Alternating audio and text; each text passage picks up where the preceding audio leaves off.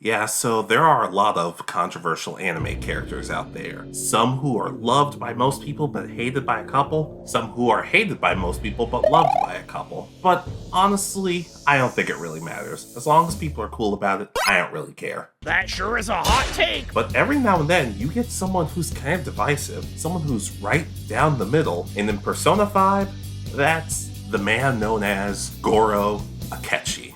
I believe we can fly up in the sky. Weaklings like you!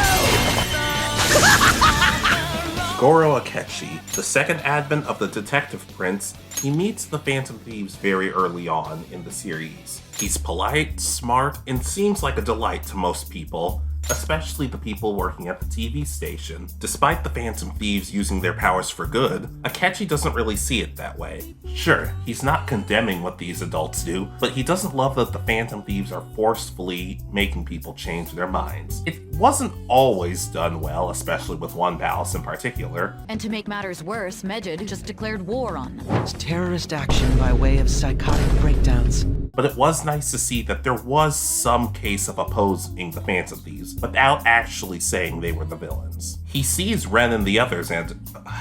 okay. Let's get this out of the way. He brings up pancakes. It's a meme. Pancakes. Yeah, let's just move on. Pancakes. I don't want to hear that word again for a long, long time. Hey, leave the pancakes out of this. He seems to take a special interest in Ren, who seems to be the most straight up with him compared to everyone else, who seemingly just fawns over Akechi. It's actually a very interesting development early on. I think that's what the anime in particular has over the games. Every now and then you would just see Akechi on his own, interacting with other people and just seeing him minding his own business. It didn't add a whole lot, especially in the beginning, but it was something kind of nice to see, especially with him being such a crucial character later on. That being said, we also kind of see he's not the most popular with everybody. Ryuji seems to outright hate him at times. Not only that, but he especially tells Makoto that she really isn't providing much. He basically calls her out as a goody two-shoes student. Dude, they hear you. I'll kill you. It's especially hard to hear once you learn everything Makoto's been through, and it actually kind of just shows how Akechi just gets under people's skin. Whether he means to or not, he means to. We also learn that he's dangerously close to finding out who the Phantom Thieves are. He spends a lot of time with them, whether he knows who they are or not, and he always seems to be bringing them up. And no, he does not learn via Ryuji screaming it from the rooftops. Send the everything back! Ryuji, I love you, but please stop doing that. Get it together, dude. It's times like this you really want to hate the guy, but then something bad happens. We make a mistake. We get to know him. We learn very early on that his mother ended up committing suicide when Akechi's father, aka her lover, ended up walking out when he learned that she was pregnant. He was basically passed around a lot of different homes, so he never really had a stable parental figure, brother or sister, or even just a friend to have. Not to mention, with how he conducts himself at times, a lot of people found it condescending, and people never really got to know the real him. And once you get to know the real him, you'll know just how much that messed him up. For all the crap that the anime gets, and some of it's justified, I actually really like what they did with Akechi and Ren's dynamic. There were a lot more moments where it seemed like they were kind of becoming friends, playing chess with each other. Akechi would help out with Ren's problems, including some of Futaba's stuff. It really felt more and more like he was actually becoming, well, you know, part of the group. After one of the Phantom Thieves' mission goes horribly wrong and ends with the death of Haru's father, lamest palace ever, by the way, Akechi shows up and basically decides that he has found the identity of the Phantom Thieves. After teasing it for a bit and letting them sweat, Oh yeah! he reveals to the thieves that he knows their identities. He has evidence and everything. It's kind of shocking because you see just how shook up the Phantom Thieves are in some regard. He even claims that he knows who the Black Mask is, basically the other criminal running around in the metaverse, and that he wants to help. He wants to join the Phantom Thieves. Well, at least temporarily. Once their mission is done, Akechi makes the protagonist promise that the Phantom Thieves are no more. They reluctantly agree, And after some talking, they really just learn that he's not so different compared to them. He hates selfish adults just like everyone else in the group does. It's actually a really cool moment because you see just how things could have played out had they met sooner. It's at this point we learn Akechi has a persona, Robin Hood. You guys know Robin Hood by this point. Steal from the rich, give to the poor, that sort of thing. Honestly, I really like his attire. It's just a shame it doesn't last long, because, spoiler alert, Akechi sells them out. And we learn this because very early on in the show and in the game, we learn that there's a traitor who sold out the Phantom Thieves during Sai's palace. And oh my god, it's just so powerful. I didn't see. Okay, yeah, it was really obvious that Akechi was going to be the traitor. But hey, just because something's obvious does not necessarily mean it's bad. In the anime, he actually ends up telling the rest of the Phantom Thieves that he'll save Joker, who's been kidnapped, but he ends up killing him. Well, at least that's what he thinks. As most of you know, the Phantom Thieves basically trick him, and it's actually a really clever plan. This only infuriates him even more, though. We end up finding out that, well, Shido, his main boss, is actually his father who walked out on him. You never see it coming. Yeah, Shido, the same guy who basically caused Ren's life to be turned upside down, so they have that in common, I guess. He plans to basically do all of Shido's bidding, but at the end reveal to the world that he's Shido's son,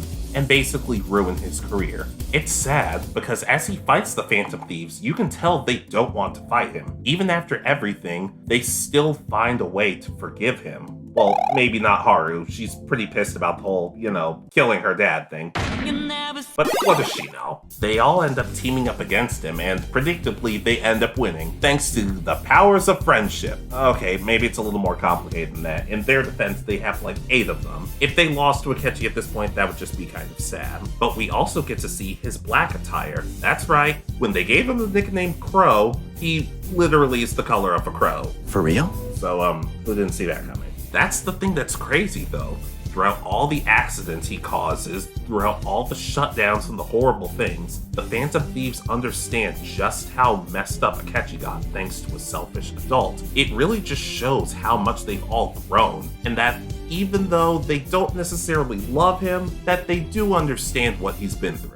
Ren in particular is a perfect example of this. He's basically what Akechi could have been if Akechi had found friends, stable parental figures, coffee and curry. Well, he had coffee. You understand what I mean. Even after beating him, they all decide that they're going to go after Shido and ask for Akechi's help. But it's revealed that in Shido's palace there is a shadow Akechi. Basically an Akechi that does all of Shido's bidding. It's pretty awful to see, especially since Akechi is still suffering from all of this. The shadow basically says that Akechi was going to be dealt with regardless. After Shido became prime minister, Akechi was basically going to be, well, taken care of. And it's revealed that he actually knows that he's Akechi's father, and he doesn't really care. God, what a jerk. But in that moment, Akechi's given a choice to kill the Phantom Thieves. But in a surprising twist, well, not surprising, but still a twist, he ends up sacrificing himself for the Phantom Thieves, and he's never seen in Persona 5 again.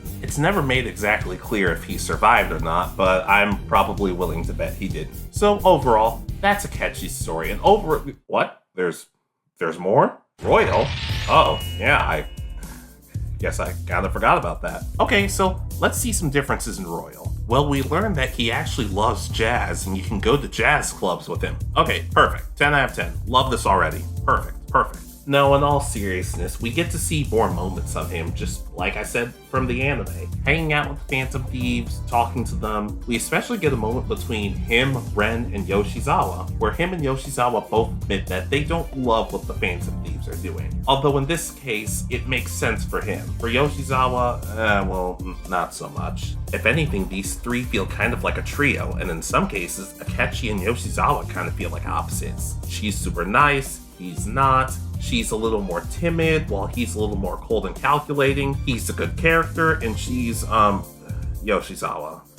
Alex, how come you have to keep saying unpopular opinions in these? I'll talk about her more another day. In Royal, if you do everything right, it's actually revealed that he's still alive, and he's not necessarily trying to be friendly like he used to be. He's just back to being his normal, chilling, terrifying self. Goody. In all seriousness, he notices something wrong with the world they're living in, and it turns out he's right, because Dr. Maruki basically put them all in a perfect world, which seems perfect, but at the same time, Akechi is very upset with this in particular. Everyone else in the Phantom Thieves seems to be totally on board for this. Heck, even Ren decides at some point that he's kind of unsure about this whole perfect world scenario, but Akechi stands firm, and it kind of makes sense. He's been manipulated and controlled almost his whole life. No matter how happy the world seems, he's never going to be happy if he's controlled in it, if he doesn't have his own free will. It's an awesome moment to see just how firm he is on this. Even with all of Yoshizawa's begging and pleading,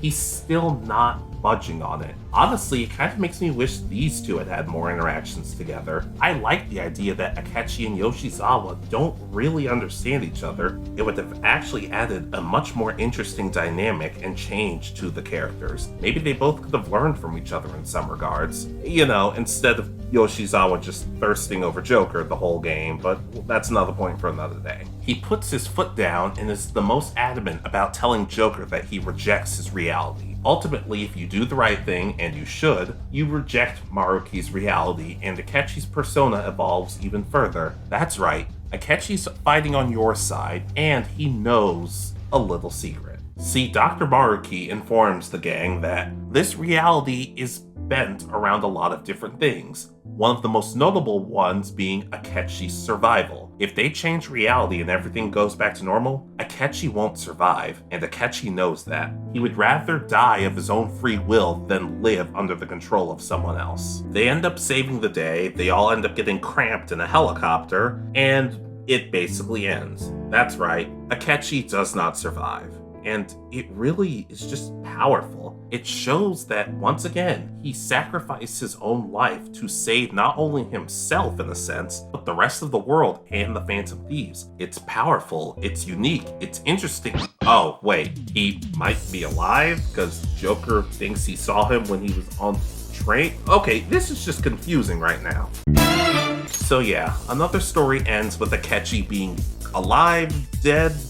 I don't know, it's very complicated. I should be happy because in some cases it's up to the viewer's interpretation. At the same time though, a tiny part of me would have liked to have seen, is he actually doing this because he's growing to like the Phantom Thieves, or is he just covering his own hide? I don't know.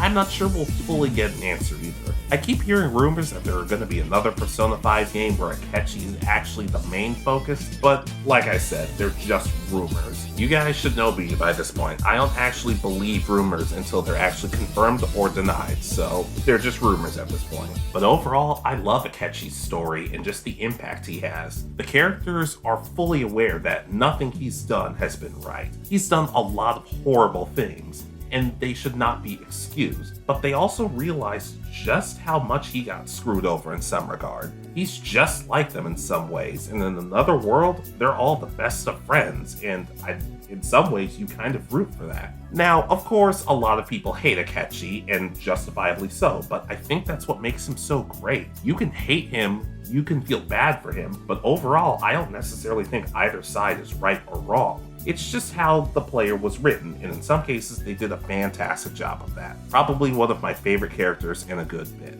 Also, he loves pancakes. Okay, now it's the last time I bring that up. Well, we're all fans, since that's what helped us figure out your bullshit. But what do you guys think of Akechi? Do you think he's a great character, a poor character? What side were you on? Do you want him to find redemption? Do you not care? Just anything in that regard. What other Persona 5 characters do you want me to talk about? Maybe I'll talk about some of my favorites next time, or maybe I'll just do the Yoshizawa video and you guys can tell me how wrong I am on that. But you guys are cool enough that maybe I'll listen. Like, subscribe, and tell me your thoughts. This has been Alex saying, see you next time.